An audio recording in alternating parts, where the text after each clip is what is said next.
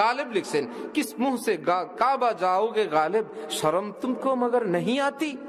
মির্জা গালিব কবিতা লিখছে নিজের নামে, হে মিয়া মক্কা শরীফ যাইতে চাও, এরকম গুনাহগার মানুষ কেমনে যাবা মক্কা শরীফে, তোমার লজ্জা লাগে না? কবিরা কবিতা লেখে, আগাও থাকে না মাথাও থাকে না, একটা ছন্দ মিলাইলে হয়ে যায়। হযরত থানবীর নিকটে এই কবিতা আসলে তিনি বললেন, এই কবিতা পড়ে তো মুসলমান গুনাহগাররা হজে যাওয়ার থেকে সব মাহরুম থাকবে। যে ভাই ভালো হইতে পারি নাই আর হজে কেমনে যায়, ভালো হইলে হজে যাব, এই কবিতা পাল্টার লাগবে।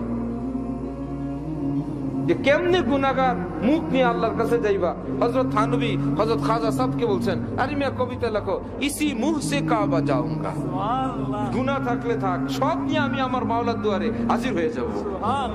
শরম কো খাক মে মিলাউঙ্গা, লাজ লজ্জা শরম রে মাটির সঙ্গে মিশিয়ে ফেলবো। রো রো কে উনকো मैं मनाऊंगा, কাইন্দা কাইন্দা আমার জীবনের গুনাহ আমি সাফ করে নিব। সুবহানাল্লাহ। अपनी बिगड़ी को यूं बनाऊंगा, সব বরবাদ জিন্দেগিতে আল্লাহর কাছে বলবো, আল্লাহ আপনি আবাদ বানায় দেন। মাওলা কবুল করলে করুক, না করলে নেই। আমি বন্দিগি বন্ধ করব না, আমি সেজদা করব, আমি আল্লাহকে ডাকবো। গায়েব থেকে আওয়াজ আসছে, কবুল আস গরজে হুনার নিস্তি কে জুসমা পানাহে দিগার নিস্তি। হে বান্দা কি শুনাইলা, কবুল না হওয়ার ঘোষণা দিল, দুয়ার ছেড়ে যাইবা না। এই কথা তো আমার বড় ভালো লাগছে, এত ভালো লাগছে সারা জীবনের ইবাদত আজকে কবুল করে নিলাম।